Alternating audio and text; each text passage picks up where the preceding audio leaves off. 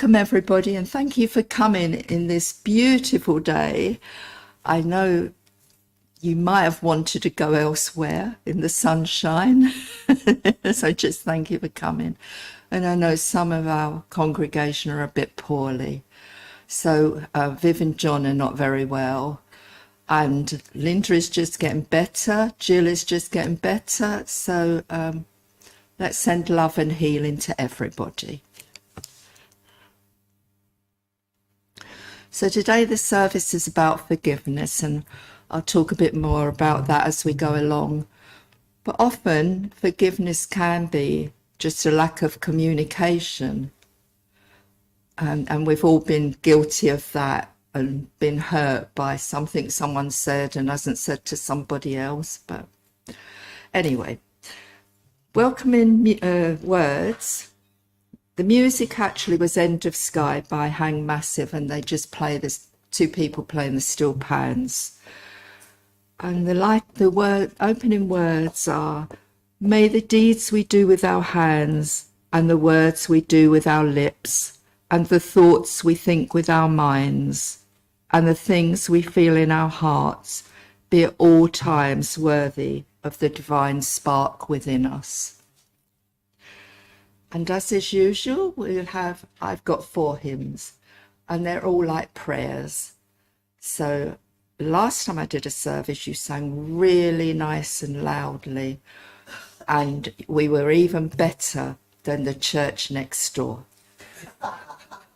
So, oh, thank you. It's a heat, it's getting to me. Linda, can you light the chalice, please? I was waiting. Thank you. Thank you.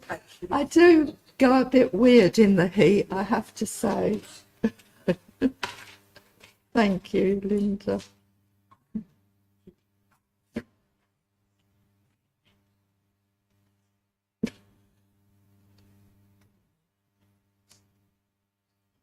Oh, well done. Thank you.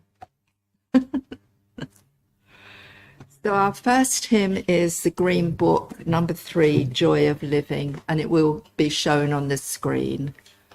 So stand if you're able.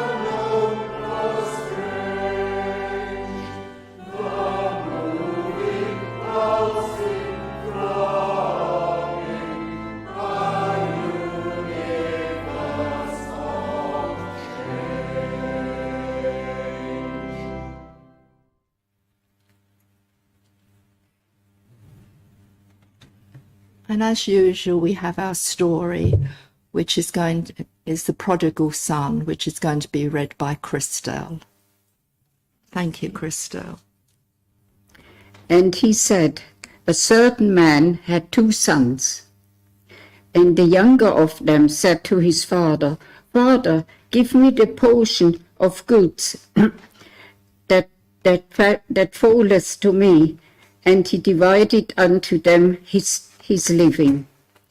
And not many days after, the younger son gathered all together and took his journey into a far country,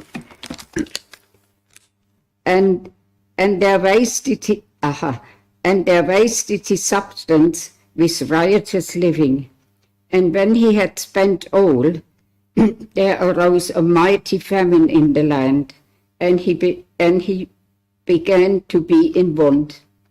And he went and joined himself to a citizen of that country, and he sent him into his fields to feed swine. And he would fain have filled his belly with the husks that the swine did eat, and no man gave unto him. And when he came to himself, he said, How many hired servants of my father's have bread enough and to spare, and I perish with hunger? I will arise and go to my father, and will say unto him, Father, I have sinned against heaven and before thee, and am no more worthy to be called thy son. Make me as one of thy hired servants. Sorry. And he arose and came to his father. But when he was yet a great way off, his father saw him and had compassion, and ran and fell on his neck and kissed him. And the son said unto him, Father, I have sinned against heaven and in thy sight, and am no more worthy to be called thy son.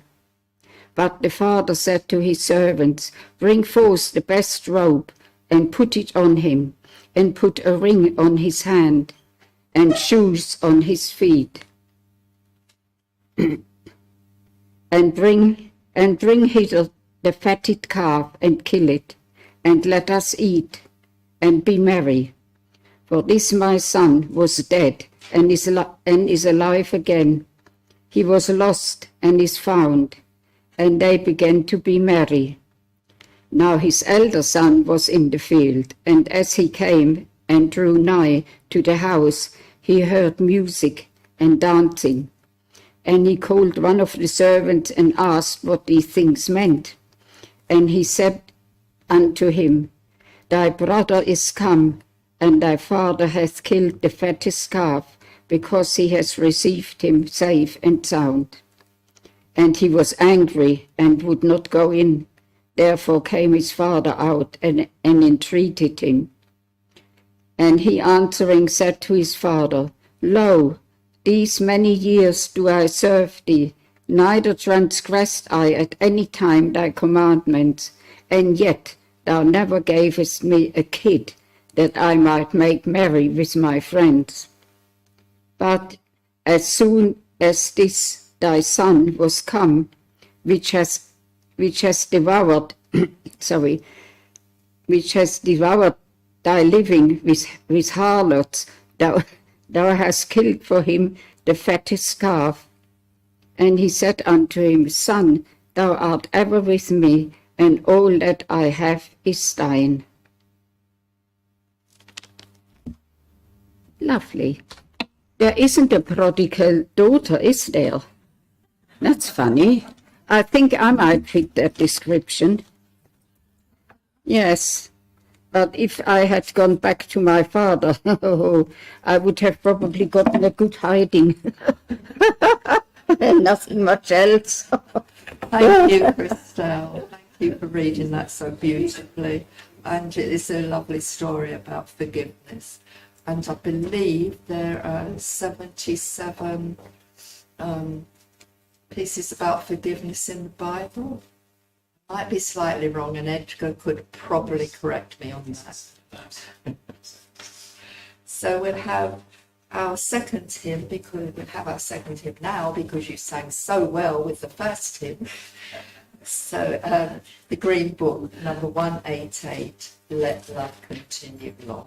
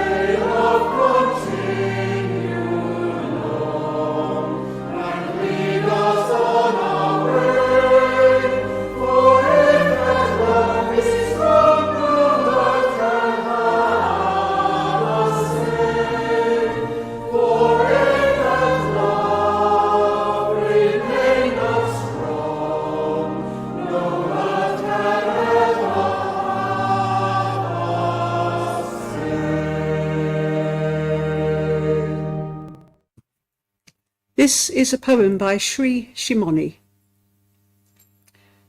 Learn the art of forgiving and apply it to yourself first.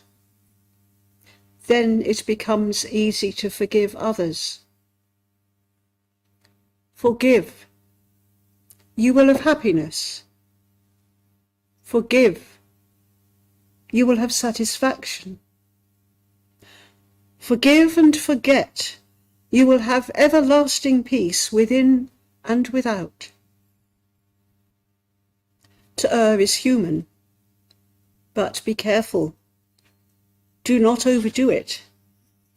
If to forgive is divine, then rest assured you can never overdo it.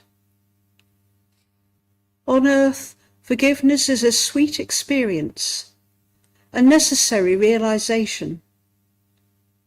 Forgiveness is the expansion of one's reality, light and divinity height.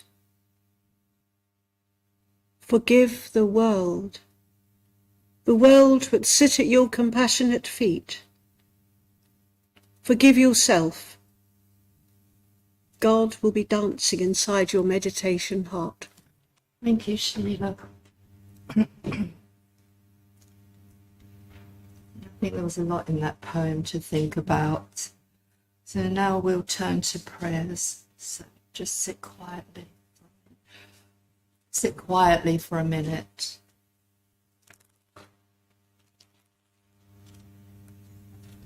And the first prayer is a prayer that Edgar contributed quite a while back. As one family, we reflect on the horrors that darken our world.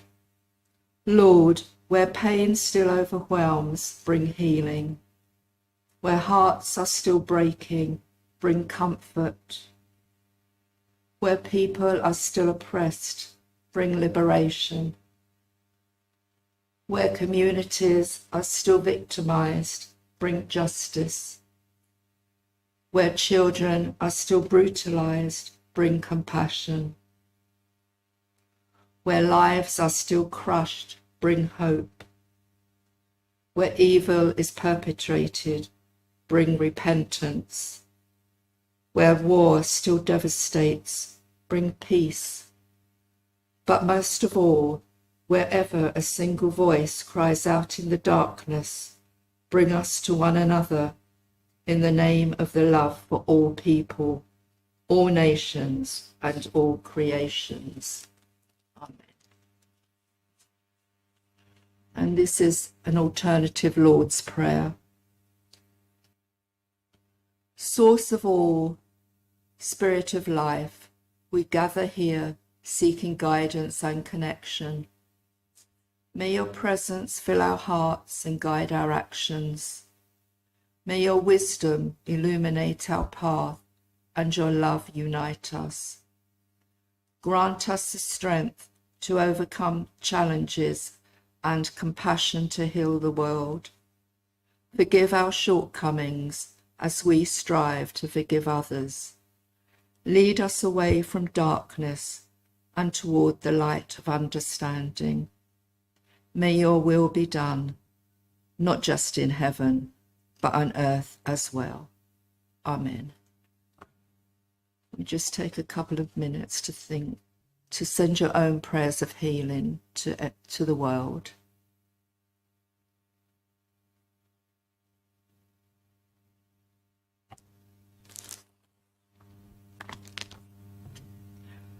And now we'll have a short meditation on forgiveness.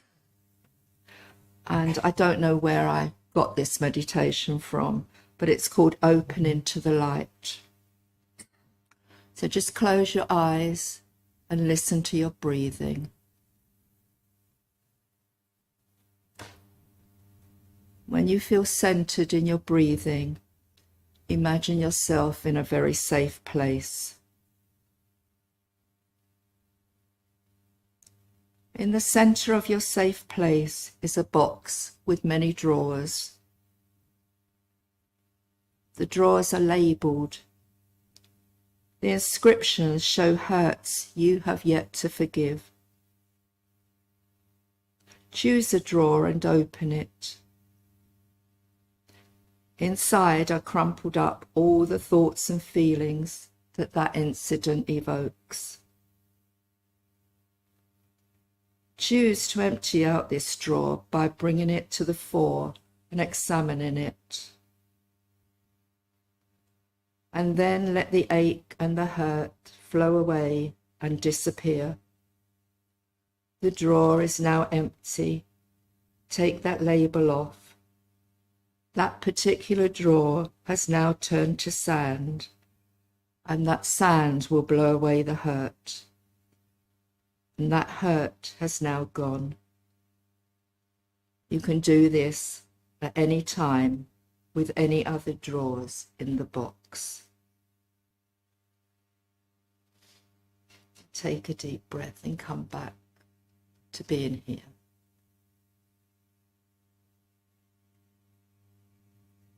And we'll now have some reflective music.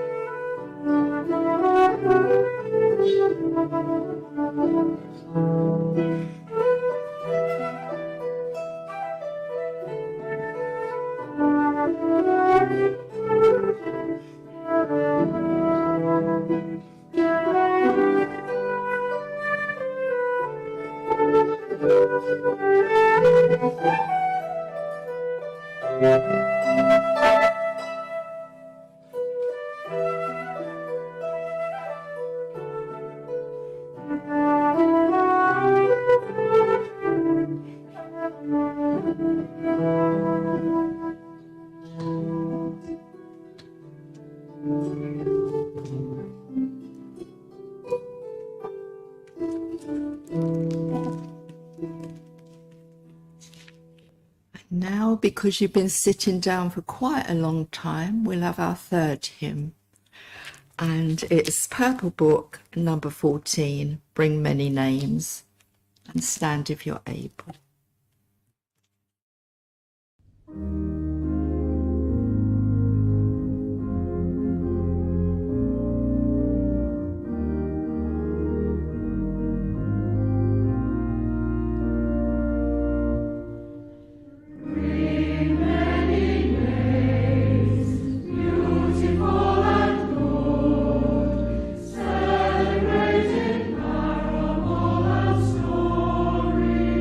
Holiness in glory.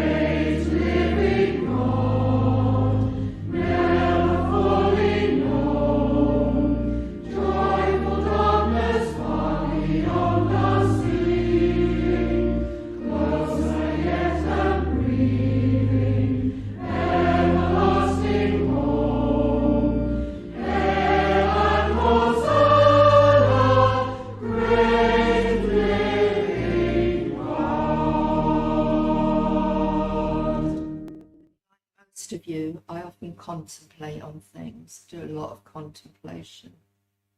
Recently, forgiveness has been on my mind, as I recently saw a play called Punch. It's a true story, and some of you may remember it. Some years back, a young man in Nottingham was out having a good time, drinking, taking drugs, fighting, and he punched another young man. With that one punch, he killed the young man, whose name was James. Jacob, who did this, went to prison. Long story short, sometime after being released, he joined the restorative justice program, as did the parents of James.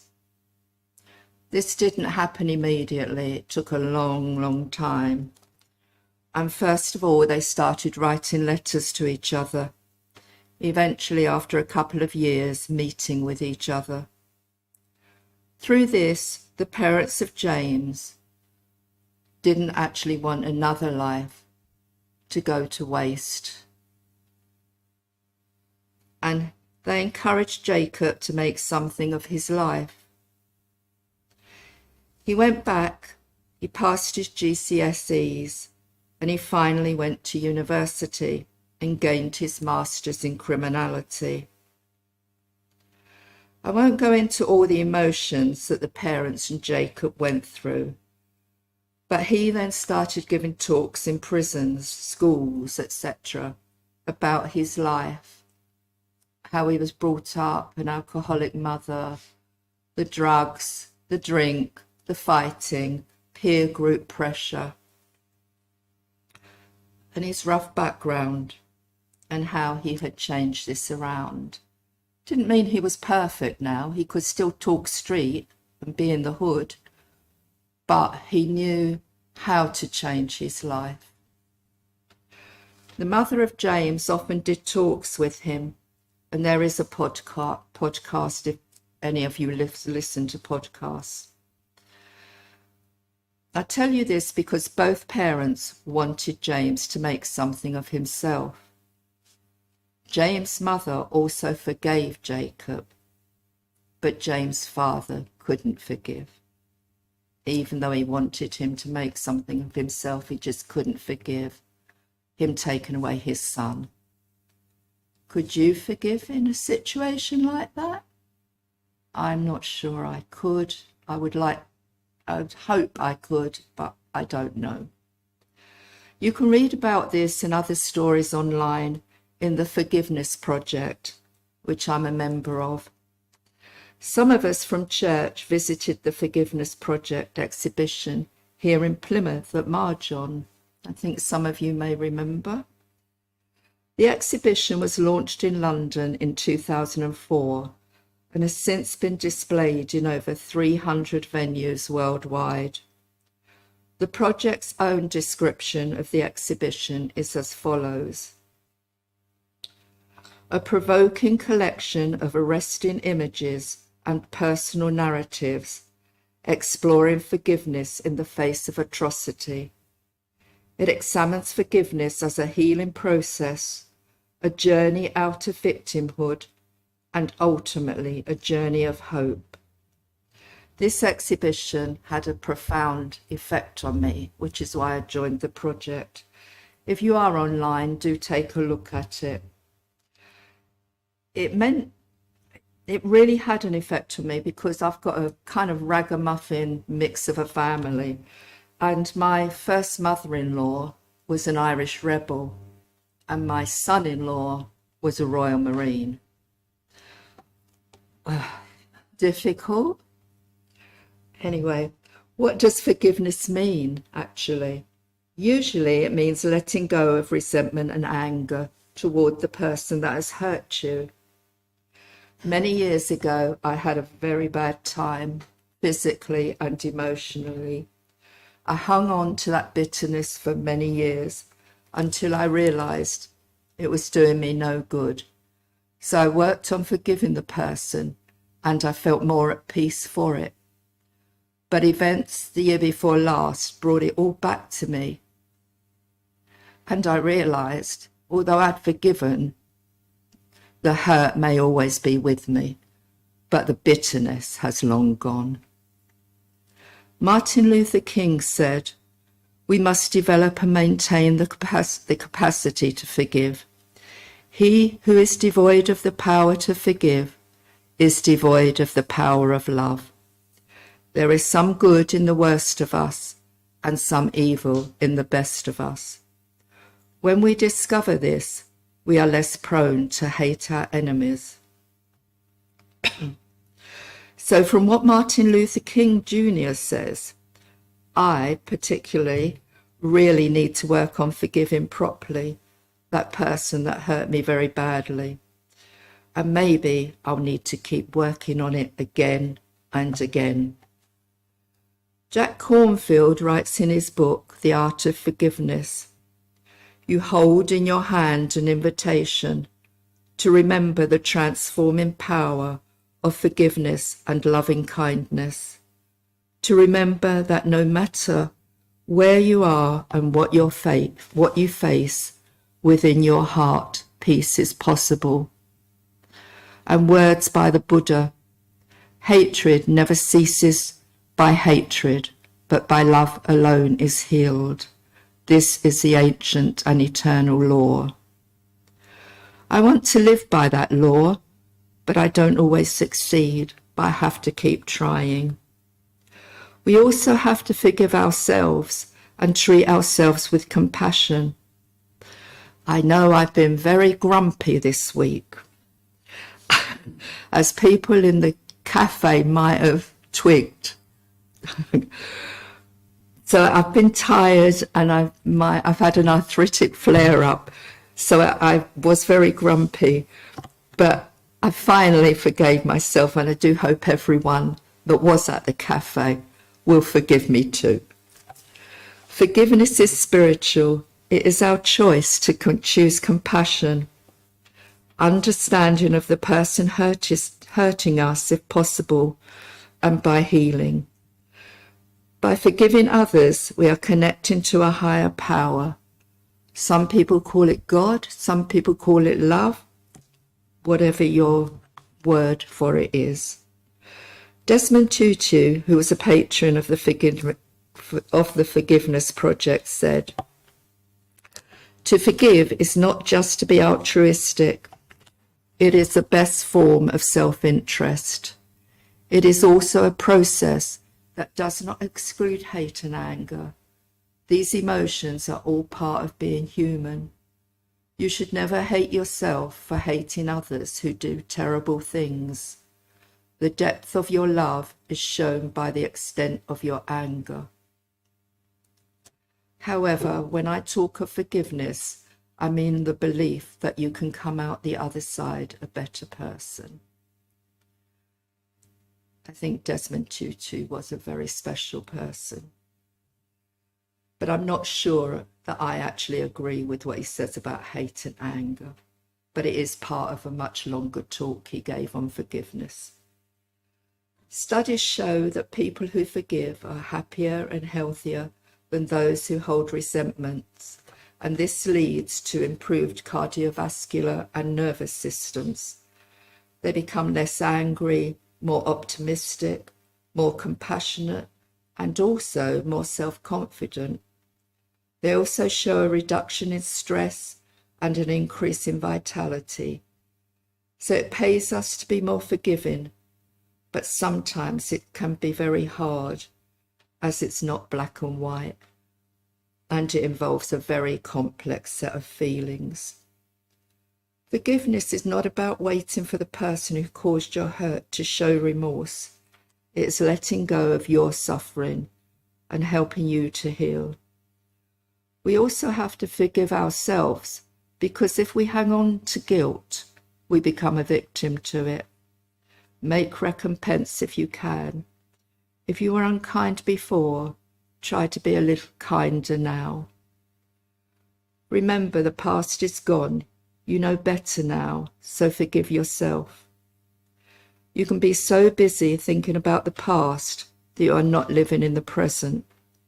So stop dwelling on the hurts of the past. Maybe try that meditation that we did earlier Forgiving yourself and others will give you a sense of peace, freedom, and happiness. We may not know what made the person cause us hurt. We do not know their circumstances often, so we should try not to judge. It's easy to be hurt or offended, or for us to hurt and offend, because we are human and we are very sensitive beings.